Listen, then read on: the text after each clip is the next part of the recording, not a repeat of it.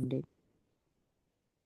అయితే ఈరోజు మనకి వీళ్ళు విస్పీరతులు శక్తిని మంచికి, చెడుకు ఉపయోగించవచ్చు. శక్తిని విక్షేపించడం, శక్తిని స్వీకరించడం అనే దాని గురించి మాట్లాడుతున్నారు. మీ లోకానికి, ఆత్మలోకానికి, విశ్వమంతటికి కొన్ని నిర్దిష్ట శక్తులున్నాయి. ఈ శక్తి కొన్ని ప్రదేశాలలో ఎక్కువ బలంగానో, కొన్ని ప్రదేశాలలో తక్కువగానో ఉంటుంది. కానీ అన్ని చోట్ల ఉంటుంది. ఎక్కువ తక్కువలుంటాయి కానీ ప్రదేశాలను బట్టి అన్ని చోట్ల శక్తి అయితే ఉంటుంది అంటున్నారు. ఆత్మలోకంలో మేము దీనిని ప్రత్యేకించి తయారు చేసుకోవాల్సిన అవసరం లేదు. మా మనస్సే పవర్ హౌస్. మా అంతట మేము శక్తిని గ్రహించగలం. కానీ భూలోకంలో మీ అంతట మీరు దీనిని ఎలా పొందాలో మీకు తెలియదు. అందువల్ల మీరు ఈ శక్తి కన్నా కింది స్థాయి విద్యుత్ పైన ఆధారపడి ఆధారపడతారు. కొందరు మనుషులు స్వీకరించే శక్తులుండటంతో మా సందేశాలు స్వీకరిస్తారు. ఇక్కడ ఎనర్జీ గురించి మాట్లాడుతున్నారు. పవర్ గురించి కాదు. ఎనర్జీ గురించి మాట్లాడుతున్నారు. అంటే మన కాస్మిక్ ఎనర్జీ. అయితే ఇంకేమంటున్నారు? కొందరు మనుషులు స్వీకరించే శక్తులుండటంతో మా సందేశాలను స్వీకరిస్తారు. కొందరికి విక్షేపించే శక్తులుంటాయి. అంటే ప్రొజెక్ట్ చేసే శక్తులు. అంటే దాన్ని బయటికి వ్యక్తీకరించడం అన్నట్టు. బయటికి ఎక్స్‌ప్రెస్ చేయగలిగే శక్తులు కొంతమందికుంటాయి. కొంతమందికేమో తీసుకునే శక్తులుంటాయి.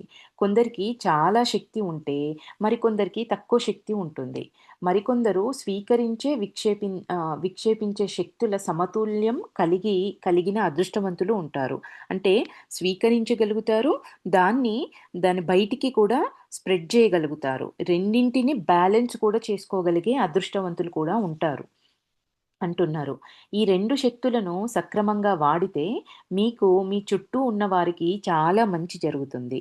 సదాత్మలు సర్వశక్తిమంతుడైన భగవంతునికి సమీపంలో ఉంటారు. వారి ఉపచేతనాత్మక మనస్సు వారికి మార్గదర్శిగా ఉంటుంది కనుక వారు ఈ శక్తిని మంచి కోసం ఉపయోగిస్తారు. ఈ సదాత్ములెప్పుడూ ఆ భగవంతునికి దగ్గరగా ఉంటారంట. వాళ్ళ ఆలోచనలు గానీ, వాళ్ళు చేసే పనులు గానీ, ఆ భగవంతునిని చేసే పనులకి ఆయనను స్మరిస్తూ చేయడం కానీ, మంచి ఏదైనా ఎదుటి వాళ్ళకి హాని చేయకుండా ఉండడము, 10 మందికి మంచి జరగాలని మనం కోరుకుంటున్నాము అంటేనే, మనం భగవంతునికి దగ్గరగా ఉన్నట్టు. అది చెప్తున్నారిక్కడ. సదాత్మలు ఎప్పుడూ సర్వశక్తిమంతుడైన భగవంతునికి సమీపంలో ఉంటారు. వారి అంతరంగం అనేది వాళ్ళకు మార్గదర్శకంగా ఉంటుంది కనుక, వాళ్ళు ఈ శక్తిని సంపాదించిన ఆ శక్తిని మంచి కోసం మాత్రమే ఉపయోగిస్తారు అని చెప్తున్నారు. శక్తి ఒకటే కానీ దానిని మంచికో, చెడుకో వాడటం వ్యక్తి చేతుల్లో ఉంటుంది. గొప్పలు చెబుతూ ఆడంబరంగా, మోసపూరితంగా ఉంటారు కనుక, బలహీన మనస్కుల విషయంలో ఇది చాలా ప్రమాదం. అంటే ధ్యానం చేసి మనం శక్తిని సంపాదిస్తున్నాం. ఆ శక్తిని మనము ఎట్లా ఖర్చు చేస్తున్నాము? స 10 మందికి ఉపయోగపడటానికి, ఈ భూమికి ఉపయోగపడటానికి మనం వాడుతున్నామా? లేదు అంటే వాడు పలానా నన్ను నాకు కష్టం చేసిన వాడు నాశనమైపోవాలని, వాడికి అన్యాయం జరగాలని చెప్పి మనం వాడుతున్నామా? అదే మంచి, చెడు అంటే ఏమంటారు? చెడు శక్తి, మంచి శక్తిగా మనం ఎట్లా ఆ శక్తి ఒకటే. కానీ దాన్ని ఎటువైపు మళ్లిస్తున్నాం అనే దాన్ని బట్టి ప్రతిఫలం అనేది ఉంటుంది అంటున్నారు. ఇంకా వ్యతిరేక ఆత్మలు ఇది వారిని కింది ఆవరణలకు ఏమంటున్నారిక్కడ అంటే, ఈ విషయం చాలా ప్రమాదం. అంటే చె వాళ్ళు గొప్పలు చెబుతూ ఆడంబరంగా, మోసపూరితంగా ఉంటారు కనుక ఎవరు హ్మ్. శక్తి ఒకటే కానీ, దానిని మంచికో, చెడుకో వాడడం వ్యక్తి చేతుల్లో ఉంది. గొప్పలు చెబుతూ ఆడంబరంగా, మోసపూరితంగా ఉంటారు కనుక, ఎవరుంటారు? బలహీన మనస్కులుంటారు. ఈ గొప్పలు చెప్తూ ఆడంబరంగా, మోసపూరితంగా ఉండేవాళ్ళెవరైనా బలహీన మనస్కులు అంటారు. ఇది చాలా ప్రమాదకరం. వాళ్ళకు శక్తి ఉండడం అనేది చాలా ప్రమాదకరం. ఇది వారిని కింది ఆవరణలకు తోస్తుంది. అక్కడ ఉండే వ్యతిరేక ఆత్మలు ఆ వ్యక్తి మరింత తప్పు చేసేలా చేస్తాయి.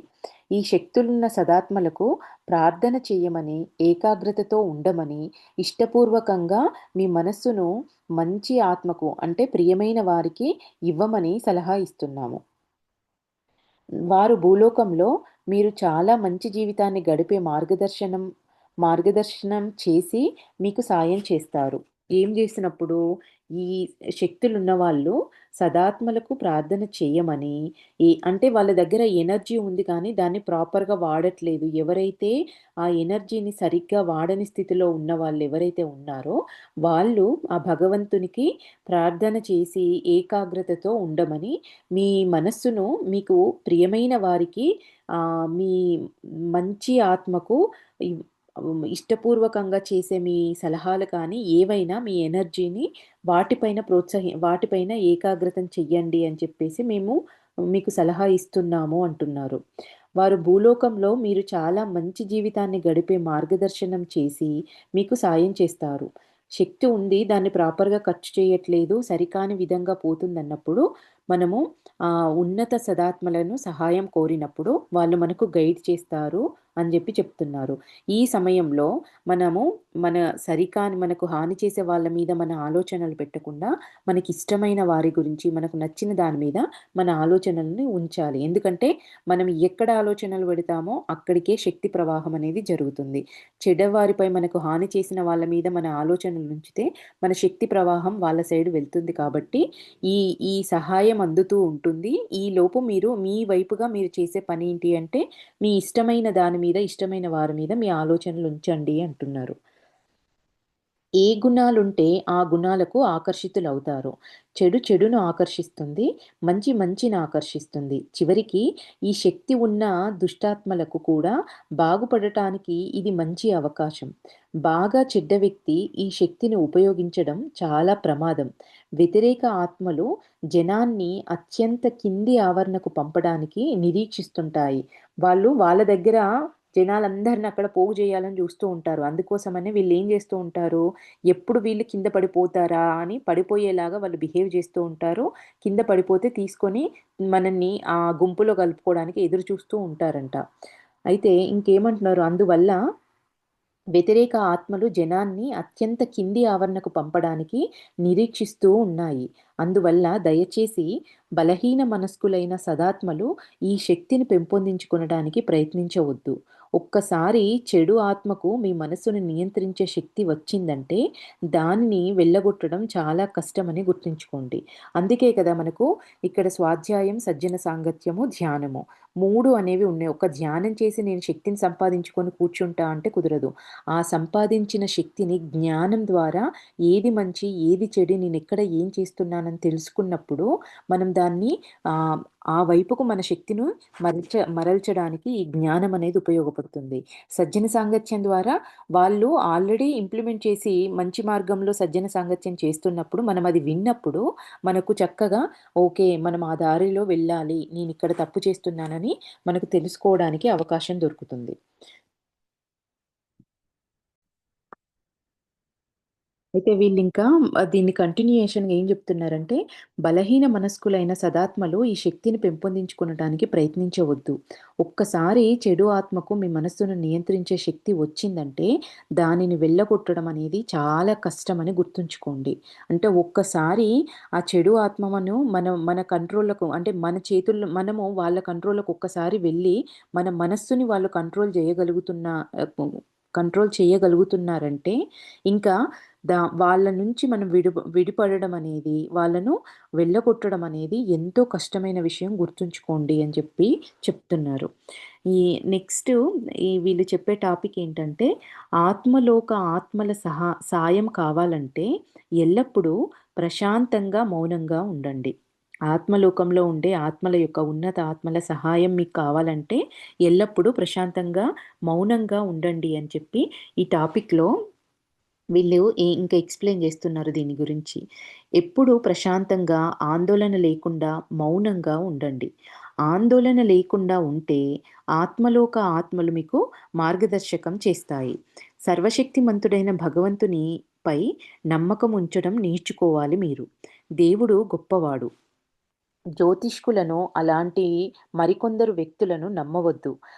భగవంతుని పైనే పూర్తిగా నమ్మకం ఉంచండి. అంటే ఇక్కడ గూడా దళారులను నమ్మకండి. ఆ మూల చైతన్యం మీదనే డైరెక్ట్ ఆయనతో కనెక్షన్ నుంచి ఏర్పరచుకోండి. ఆయనను పూర్తిగా నమ్మండి అంటున్నారు. మీరు యదార్థంగా, హృదయపూర్వకంగా విశ్వసిస్తే భగవంతుడు అద్భుతాలు చేస్తాడు. యదార్థంగా, హృదయపూర్వకంగా విశ్వసించినప్పుడు భగవంతుడు మనకి అద్భుతాలు చూపిస్తాడు. ఆయన శక్తిమంతుడు. ఎవరు ఆయనకు వ్యతిరేకంగా ఏమీ చేయలేరు. మీకు బాధ కలిగితే, సమస్యలు వస్తే దానిని మీ కర్మగా భావించి, పరీక్ష, శిక్షణగా భావించి ధైర్యంగా, సంతోషంగా దాన్ని ఎదుర్కొనండి. బాధ కలిగినప్పుడు, సమస్యలొచ్చినప్పుడు దాన్ని మీ కర్మగా భావించి, ఇది నాకు పరీక్షా సమయము, ఇది నేను నేర్చుకోవాల్సిన శిక్షణగా, ఇది నేర్చుకునే సమయం అని చెప్పి భావించి ధైర్యంగా, సంతోషంగా దానిని ఎదుర్కొనండి. ఇక్కడ ధైర్యంగా, సంతోషంగా ఎదుర్కొనే స్థితిలో మనం లేనప్పుడు కూడా వాళ్ళు ఇంతకుముందు చెప్పారు. నాకు ఆ శక్తినివ్వమని చెప్పేసి ప్రార్థించండి అని చెప్పి చెప్తున్నారు. ఖచ్చితంగా మీకు సహాయం అందుతుంది అని కూడా చెప్పారు. నిజాయితీగా మీరు చేసే ప్రార్థనలు బాగా సాయం చేస్తాయి. నిజాయితీగా మీరు చేస్తే ఆ ప్రార్థన అనేది మీకు ఖచ్చితంగా సహాయం అనేది అందుతుంది అంటున్నారు. మనసులో ధ్యానిస్తూ ఎవరికీ హాని చేయకుండా ఉండండి. సర్వశక్తిమంతుడైన భగవంతుని నుంచే నేరుగా ఆత్మల ద్వారా మీకు సహాయము, మార్గదర్శకత్వము అనేది లభిస్తుంది. హృదయపూర్వకంగా మీరు చేసే ప్రార్థన దేవుడిపై మీ నిజమైన నమ్మకం ఎటువంటి సమస్యల నుంచి అయినా మిమ్మల్ని గట్టెక్కిస్తుంది. మీరు భూలోకంలో ఉన్నారు కనుక అక్కడ సమస్యలుంటాయి ఖచ్చితంగా. వాటిని మీరు ఎదుర్కొనాలి. అందువల్ల ధైర్యంగా, చిరునవ్వుతో ఎదుర్కోండి. దేవుడిపై మీరుంచే నమ్మకం, మీ ప్రార్థనలు ఖచ్చితంగా మాకు ఉపకరిస్తాయి. అంటే సహాయం చేసే వాళ్ళకి కూడా మాకు ఉపకరిస్తాయి. మీరు ధైర్యంగా ఉండి దేవుడి పైన దేవుడికి ప్రార్థన చేసి నమ్మకంతో ఉన్నప్పుడు మీకు సాయం చేయడం అనేది ఎంతో హెల్ప్‌ఫుల్ అవుతుంది అంటున్నారు. హ్మ్. మాకు మిమ్మల్ని చేరడం, మార్గదర్శకత్వం చెయ్యడం, సాయం చేయడం అనేది సులువవుతుంది. ఇక్కడ 3 పాయింట్లు ఉన్నాయి. ఒకటి, భూమి మీద కష్టాలు లేకుండా మనం అసలు జీవించడం అనేది కుదరదు. పలానా వ్యక్తి సంతోషంగా ఉన్నాడు ఉంటున్నామంటే అది మన భ్రమే. వాడికుండే బాధేదో వాడికుంటుంది. మనం చూడలేకపోతున్నాం. మన బాధ ముందు వాడి బాధ తక్కువుండుంటది.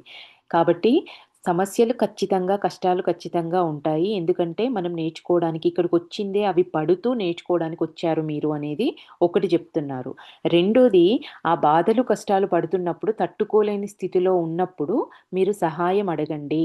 మీరు నమ్మకంతో సహాయం అడిగినప్పుడు ఖచ్చితంగా సహాయం అందుతుంది. మూడో పాయింట్ ఏమంటున్నారు? మీరు వాటిని చిరునవ్వుతో ధైర్యంగా మీకా కష్టం వచ్చినప్పుడు మీరు ఎదుర్కోండి. ఇది నాకు నేర్చుకోవాల్సిన సమయం, నన్ను నేను మార్చుకోవాల్సిన సమయం అని చెప్పేసి మీరు అవేర్‌గా ఉండి దాన్ని ధైర్యంగా, చిరునవ్వుతో ఎదుర్కోండి అనేది 3 పాయింట్లు చెప్పారు. నెక్స్టు పెళ్లి. పెళ్లి అనే టాపిక్ మీద చెప్తున్నారు. ఏమంటున్నారు అంటే, ఆత్మలోకంలో పెళ్ళిళ్ళనేవి ఉండవు. అయినా గాని భూలోకంలో విడిపోయిన వారిని, వారి బిడ్డల కోసం, దంపతుల కోసం వృద్ధాప్యంలో ఒకరి తోడు ఒకరికి అవసరం కనుక వారిని కలపాలని మేము ప్రయత్నిస్తాం. అయితే అక్కడ పెళ్ళిళ్ళనేవి ఉండకపోయినా కూడా వీళ్ళు భూలోకంలో ఇద్దరు వ్యక్తులను కలపడానికి మాత్రము ప్రయత్నం చేస్తారంట. ఎందుకు అంటే ఒకరికొకరు సాయం కోసము, తోడు కోసం ఉండాలి అని చెప్పేసి మేము ఆత్మలోకం నుంచి ఇక్కడ అంటే ముసలి వాళ్ళయిపోయిన తర్వాత తోడు కావాలి, భూలోకంలో ఒకరికొకరు బ్రతకాలి అని చెప్పేసి మేమైతే కలపడానికి ప్రయత్నం చేస్తాము ఆత్మలోకం నుంచి భూలోకంలో ఉన్న వాళ్ళను. అయితే భూలోకంలో పిల్లలను సంరక్షించడానికి వివేకవంతులు పెళ్లిని సృష్టించారు. పెళ్లి అనేది కాన్సెప్ట్ ఎందుకొచ్చింది అనంటే పిల్లలను సంరక్షించడానికి వివేకవంతులు దీన్ని పెళ్లి అనే కాన్సెప్ట్‌ను సృష్టించారు అంటున్నారు. ఎందుకంటే జనం బాధ్యతగా ఉండకపోవడం, పిల్లల్ని సంరక్షించకపోవడం వారు చూశారు. అంటే అంతకుముందు మొదట్లో పెళ్లి అనే కాన్సెప్ట్ లేకముందు పిల్లల్ని సంరక్షించడం అనేది సరిగ్గా జరగలేదంట. బాధ్యతగా ఉండకపోవడం, వాళ్ళని సంరక్షించడం అనేది లేకపోవడం వీళ్ళు చూశారట. అందుకని లేదు, ఈ పిల్లల్ని బాధ్యతగా పెంచాలి అంటే ఈ పెళ్లి అనేది ఒకటుండాలి అని చెప్పేసి వాళ్ళు సృష్టించారు అంటున్నారు. అందువల్ల బిడ్డల్ని కనాలంటే పెళ్లిని తప్పనిసరిగా చేశారు. ఒంటరిగా కన్నా తల్లిదండ్రులు కలిసి పిల్లల్ని బాగా పెంచగలరు. ఇద్దరు భార్యాభర్తలుగా ఇద్దరు తోడుగా ఆడ, మగ ఇద్దరు కలిసి పిల్లల్ని ఒకరినొకరు కలిసి పెంచడం అనేది చాలా అది బావుంది అని చెప్పేసి ఇదంతా ఇట్లా సృష్టించారు అని చెప్తున్నారు. ఇద్దరు కలిసి ఉండి సాయం చేసుకుంటూ బిడ్డలకు మార్గదర్శకులుగా ఉంటూ మెరుగైన పౌరులుగా తీర్చిదిద్దడం వివేకంతో కూడుకున్నది. వృద్ధాప్యంలో కూడా వారు ఒకరికొకరు తోడుగా ఉంటూ, ఒకరినొకరు సంరక్షించుకుంటూ, లౌకిక సమస్యలను కలిసి ఎదుర్కొంటారు. అందువల్ల పెళ్ళిళ్ళు విధి లిఖితాలు కావు. అంటే స్వర్గంలో ముడిపడ్డాయి. ఇట్లాంటి దాని విధి ఇట్లాంటి ఏవి కావు అంటున్నారు. మాకు ఇది చెప్పటానికి భయం వేస్తోంది కానీ నాకు కూడా. భూలోకంలోని చాలామంది ఇలా అంటారిప్పుడు. పెళ్ళిళ్ళు దేవుడు చేయకపోతే పెళ్లి చేసుకొని సమస్యల పాలవటం ఎందుకు అని చెప్పేసి ప్రశ్నిస్తారు. స్వేచ్ఛగా ఉందాం. దీనిని పుస్తకంలో ప్రచురించే ముందు బాగా ఆలోచించమని నేను సలహా ఇస్తున్నాను. అంటే వాళ్ళప్పుడు ఆటో రేటింగ్ ద్వారా ఇచ్చి మీరు ఇది ప్రింట్ చేయడానికి మీరు ఆలోచించండి. ఎందుకంటే అందరికీ నచ్చదు. ఈ మాటలు విన్నారంటే మళ్ళీ ఇదో పెద్ద గొడవ, ఆహ్, ఇదేమన్నా తప్పుడు దారిలోకి వెళ్ళే ఛాన్సెస్ ఉంటాయి కాబట్టి మీరు ఇది ప్రింట్ చేయడానికి ఆలోచించండి అని కూడా వాళ్ళు చెప్పారంట. ఏమంటున్నారు ఇక్కడ అంటే భూమి మీద భూలోకంలో చాలామంది ఇలా అంటారిప్పుడు. పెళ్ళిళ్ళు దేవుడు చెయ్యకపోతే పెళ్లి చేసుకొని సమస్యల పాలవ్వడం ఎందుకు? స్వేచ్ఛగా ఉండొచ్చు కదా! అని అని అడుగుతారు మీరు అని చెప్పి, పెళ్లి చేసుకొని విడిపోయిన వారిని కలపడానికి, వారు సంతోషంగా ఉండటానికి, ఇదే వారికి మంచిది కనుక సాయం చెయ్యాలని మేము అనుకుంటాం. కానీ కొన్నిసార్లు ఒక భాగస్వామి బాగా చెడ్డవారై మరొక భాగస్వామిని, పిల్లలను శారీరకంగా, మానసికంగా వేధిస్తూ ఉంటారు. రెండో వారికి వారితో కలిసి ఉండటం అసాధ్యమైపోతుంది. అలాంటప్పుడు సంబంధితులందరికీ ఏది మంచిదో అది చెయ్యమని మేము దేవుణ్ణి ప్రార్థిస్తాము. పెళ్ళిళ్ళు స్వర్గంలో దేవుడు చేశాడు. దేవుడే ఈ బంధాన్ని ముడిపెట్టాడు అని చెప్పేసి ఇప్పుడు ఇద్దరూ బావున్నప్పుడు ఓకే. లేదు ఒక వ్యక్తి ఇంకొక వ్యక్తిని తాగి హింసించడమో, కొట్టడమో లేదా ఇప్పుడైతే భార్యలు భర్తలను హింసించడమో ఇట్లాంటివి మనం చూస్తున్నాం గదా! ఈ హింసలు పడుతూ దేవుడు వేసిన ముడి అని చెప్పేసి వాళ్ళు హింసలు పడుతూ వాళ్ళకు పుట్టిన పిల్లల్ని బాధలు పెడుతూ ఇట్లా కష్టాలు పడుతూ ఉంటారు. కానీ అట్లాంటి సమయంలో మేమేం జేస్తాము అనంటే వాళ్ళకి ఏది మంచిదో వాళ్ళు ఏదైతే వాళ్ళ దారిలో వాళ్ళకు ఉపయోగపడుతుందో అది చెయ్యమని చెప్పేసి మేము దేవుణ్ణి ప్రార్థిస్తాము. వాళ్ళు పడే ఆ మానసిక వేదన అదంతా చూసి మేము తట్టుకోలేక మేమిట్లా హెల్ప్ చేయమని అడుగుతాము అంటున్నారు. భార్యాభర్తలు ఒకరినొకరు ప్రేమిస్తూ సామరస్యం, సంతోషాలతో పిల్లలతో కలిసి జీవించడం మంచిది. ఇలా ఉంటే వారు సమస్యలను మరింత మెరుగైన పద్ధతిలో ఎదుర్కొనగలరు. భూలోకంలోని ప్రతి మనిషికి ఇంటిలో సామరస్యం, సంతోషం ఉండటం అత్యంత ఆవశ్యకం. అన్ని వివాహాలలో ఇద్దరూ ఇచ్చిపుచ్చుకునే సామరస్య సహనాలు కలిగి ఉండాలి. కాబట్టి కొన్ని మన సమాజము సజావుగా నడవడానికి కొన్నింటిని సృష్టించడం జరిగింది. అట్లా అని చెప్పి సృష్టించారు అన్నప్పుడు కూడా దాన్ని అడ్వాంటేజ్‌గా తీసుకునే వాళ్ళుంటారు కాబట్టి దాన్ని రహస్యంగా ఉంచారు. ఇప్పుడు ఇది మనం చదువుకున్నప్పుడు మనము ఉన్నత స్థితిలో ఆలోచించడం అనేది మనం చేయగలిగినప్పుడు ఏది సృష్టించారు? దీనికి కారణం ఏంటిది అనేది మనం అర్థం చేసుకోగలగాలి. మూఢంగా ఇది ఇట్లనే జరగాలి అని చెప్పేసి పట్టుకొని ఉండకూడదు. వీళ్ళిక్కడ చెప్పేదదే. ఎప్పుడైనా వివాహాల్లో ఇచ్చిపుచ్చుకునే సామరస్యము, సహనము కలిగి ఉండాలి. ఎందుకు అనంటే పిల్లల్ని మంచి ఉన్నతంగా పెంచడానికి, భార్యాభర్తలు ఇద్దరూ కలిసుండడానికి, ఒకరినొకరు తోడుగా ఉండడానికి వృద్ధాప్యంలో ఒకరికొకరు తోడు అవసరం కాబట్టి, ఈ సమాజంలో వచ్చే లౌకికమైన సమస్యలను ఎదుర్కోవడానికి ఈ ఇద్దరు తోడు ఒకరికొకరు అవసరము కాబట్టి ఈ పెళ్లి అనేది సృష్టించారే తప్ప దీనికి ఆత్మలోకానికి సంబంధం లేదు. కాబట్టి ఒకరినొకరు హింసించుకుంటూ, కష్టపడుతూ జీవితాన్ని గడపాల్సిన అవసరం లేదు అనేది కూడా వీళ్ళిక్కడ చెప్పే విషయం. అట్లాంటి సమయంలో అంటే కొన్నిసార్లు కర్మలు కూడా లింకప్ అయి ఉంటాయి. ఒక వ్యక్తి హింసిస్తున్నాడంటే వాడిని మనం ఏదన్నా గతంలో వాడికి ఏదన్నా బాధను మనం ఇవ్వడం వల్ల వాడు మనల్ని హింసిస్తూ ఉంటాడు. మనం అది గూడా చెక్ జేసుకోవాలి. అందుకే వీళ్ళేమంటున్నారు, వాళ్ళకి ఏది మంచిదో అంటే శారీరకంగా కాదు, ఆత్మపరంగా వాళ్ళకి ఏది మంచిదో అది చెయ్యాలని చెప్పేసి మేము దేవుణ్ణి ప్రార్థిస్తామని కూడా చెప్తున్నారు. అయితే నెక్స్ట్ మీ శక్తిని సరైన పద్ధతిలో అభివృద్ధి చేసుకోండి. ఇందులో ఆత్మలోకంలో కూడా భూలోకంలో వలె మీరు చూడలేని విద్యుత్ శక్తి ఉంటుంది. ఈ శక్తి భూలోకంలో మీకు బాగా సాయం చేస్తుంది. అంటే ఫోను, రేడియో, టీవీల ద్వారా సందేశాలను అందుకొనటానికి ఇది మీకు సాయపడుతుంది. మనిషి మెదడు కూడా ఫోను, రేడియో, టీవీ లాంటిదే. భూలోకంలోని కొంతమంది స్వీకరించే శక్తిని పెంపొందించుకున్నారు. కొందరు విక్షేపి ఆహ్, విక్షేప శక్తిని మాత్రమే పెంపొందించుకున్నారు. ఇంతకుముందు అన్నారు గదా! స్వీకరించడం, విక్షేపించడం అని. అట్లాంటి శక్తిని పెంపొందించుకున్నారు. కొందరు ఈ రెండింటి మధ్య సమతుల్యాన్ని సాధించారు. ఎక్కువ విక్షేప శక్తి ఉన్నవారు మా ఆత్మ సందేశాలను వినలేరు. వారికి స్వీకరించే శక్తి తక్కువగా ఉంటుంది. భూలోకంలో చాలా మందికి మానసిక శక్తులు ఉంటాయి. కానీ వాటిని పెంపొందించుకొనటం మీ చేతుల్లోనే ఉంటుంది.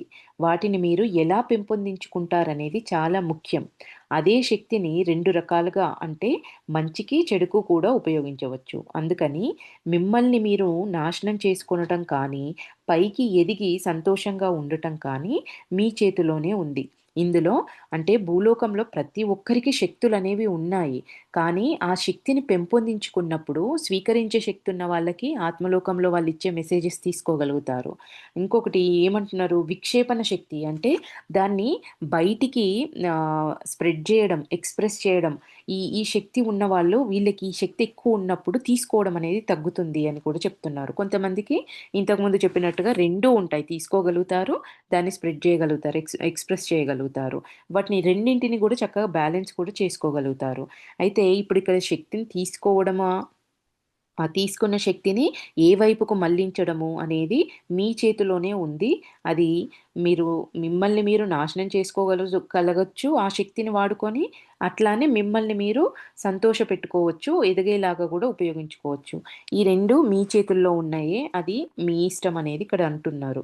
కొన్నిసార్లు మీకు కొన్ని విషయాలు చెప్పటానికి మీరడిగే ఒక ప్రశ్నకు సమాధానం ఇవ్వటానికి మాకు అప్పుడప్పుడు అనుమతి ఉండదు. పదే పదే అదే ప్రశ్న అడిగి మమ్మల్ని బలవంతం పెట్టవద్దు. అంటే అక్కడ వాళ్ళు ఆటో రైటింగ్ ద్వారా వాళ్ళడిగిన ప్రశ్నల గురించి చెప్తున్నట్టున్నారు. భూలోకంలో ప్రతి ఒక్కరూ పాపం చేస్తారు. పాపం చెయ్యని వ్యక్తి అసలు భూలోకంలో ఉండరు. అయితే వాళ్ళ స్థాయిలు మారుతాయి. కొందరు చాలా తక్కువ, కొందరు కొంచెం కొన్ ఇంకొంచెం మరికొందరు బాగా పాపం చేస్తారు. అంటే అసలు చేయకుండా అంటూ ఎవరు ఉండరు. వాళ్ళ స్థాయిలుంటాయి. కొంతమందేమో తక్కువ, కొందరేమో కొంచెం ఎక్కువ, కొందరేమో బాగా పాపం చేస్తారు. కొద్ది పాపానికైనా మీరు మీ కర్మను అనుభవించాల్సిందే. ఎంత చేసినా గూడా అది చిన్నదైనా, పెద్దదైనా, మధ్య రకందైనా గూడా దానికి ప్రతిఫలం అనుభవించాల్సిందే. దానిని మేము ఆపలేము. దీనిని మీరు బాగా అర్థం చేసుకోవాలి. మీ శిక్షను మేము ఆపలేము కూడా. కొన్ని మార్లు మీరు చేసే పాపాలని మేము ఆపలేము. మీ శిక్షల్ని మేము ఆపలేము. మీరు చేసిన దానికి ఖచ్చితంగా అనుభవించి తీరాల్సిందే అంటున్నారు. కొన్ని మార్లు కొందరికి సాయం చెయ్యం అని తిరస్కరించడానికి ఇదే ప్రధాన కారణం. వీళ్ళు కొన్నిసార్లు సాయం చెయ్యమని తిరస్కరించడానికి ప్రధాన కారణం ఏంటంటే, వాళ్ళు శిక్షను అనుభవించాలి చేసిన దానికి అని చెప్పేసి వాళ్ళు తిరస్కరిస్తారట సాయం చేయటానికి. మంచివారికి అమాయకులకి భూలోకంలోని చెడ్డవారి చేతిలో బాధపడే వారికి మేము సాయం చేయడానికి సిద్ధంగా ఉంటాం.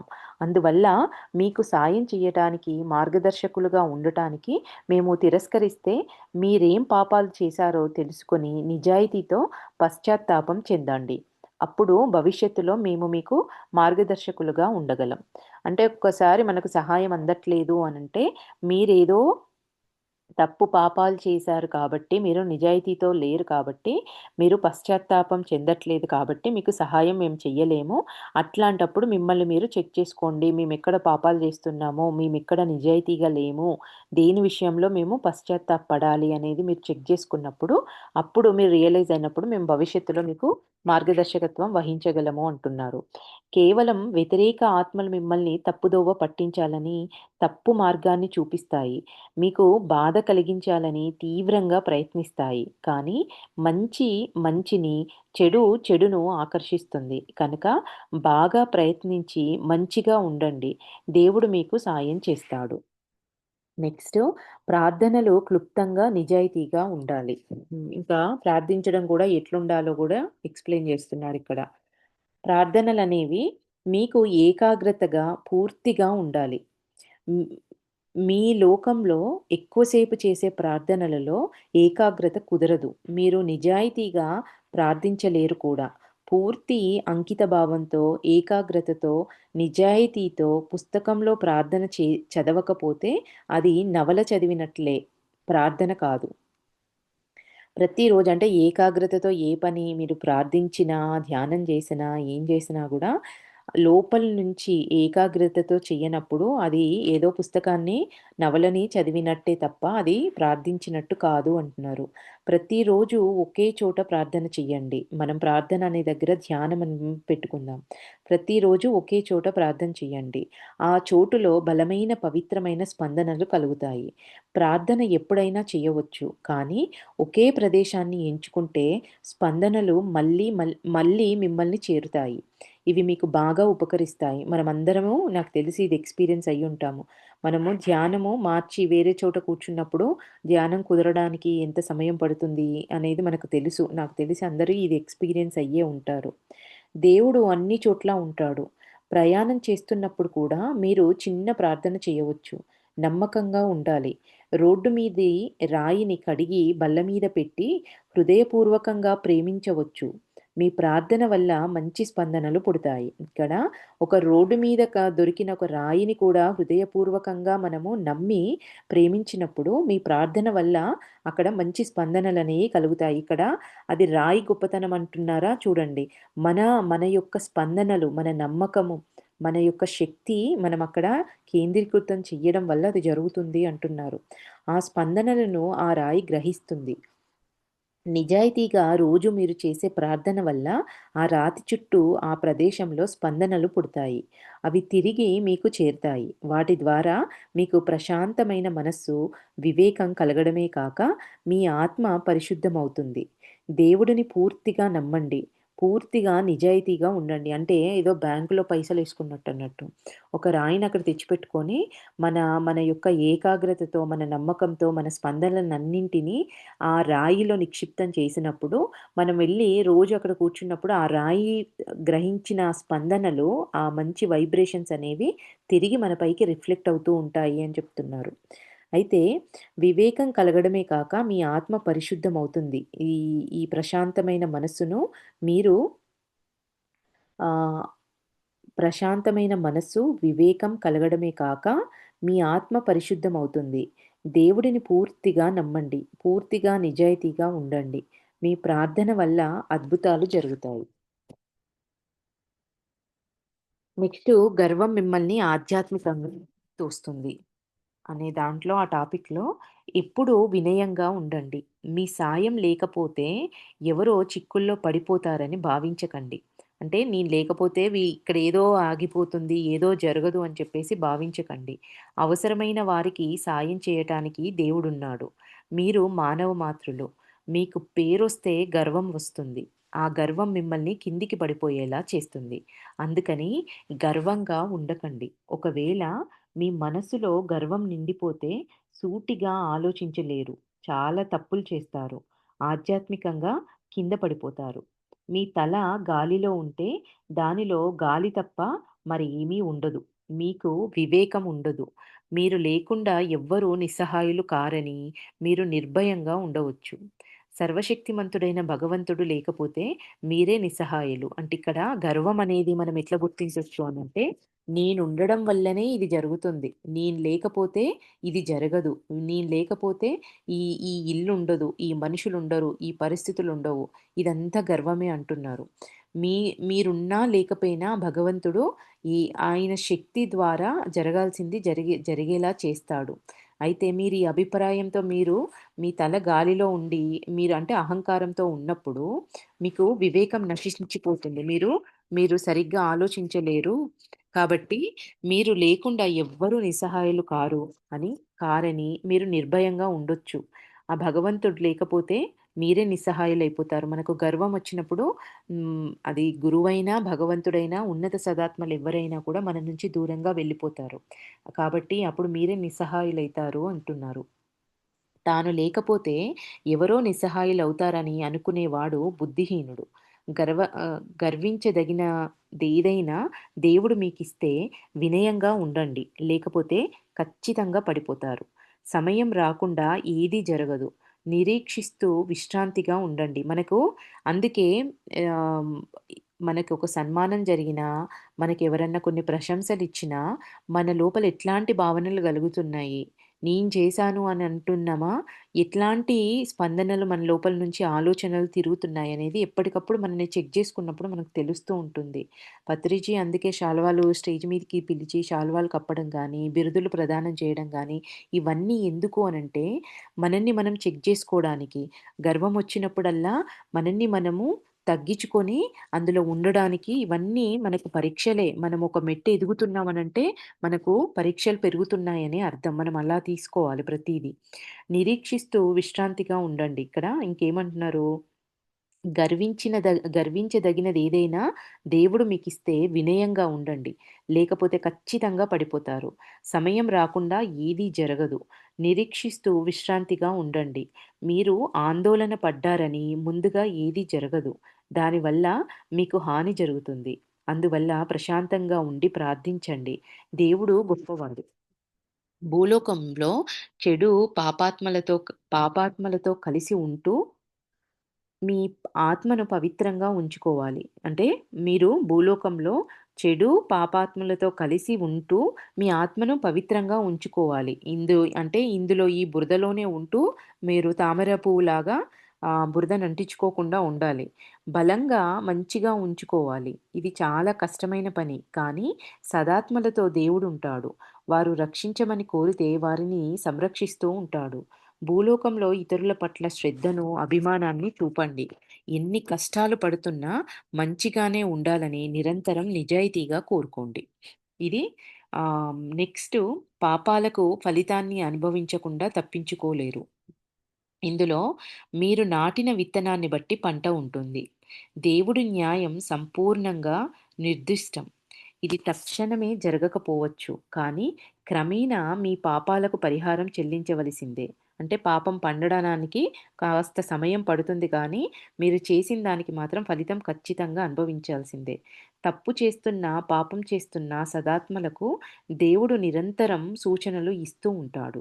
మీరెక్కడ తప్పు చేస్తున్నారో ఆయన మీకు చూపిస్తాడు. కానీ భూలోకంలోని వారు దీనిని గుర్తించలేరు. అందుకని పాపాలకు ఫలితాన్ని అనుభవించకుండా తప్పించుకోలేరు. ఆ!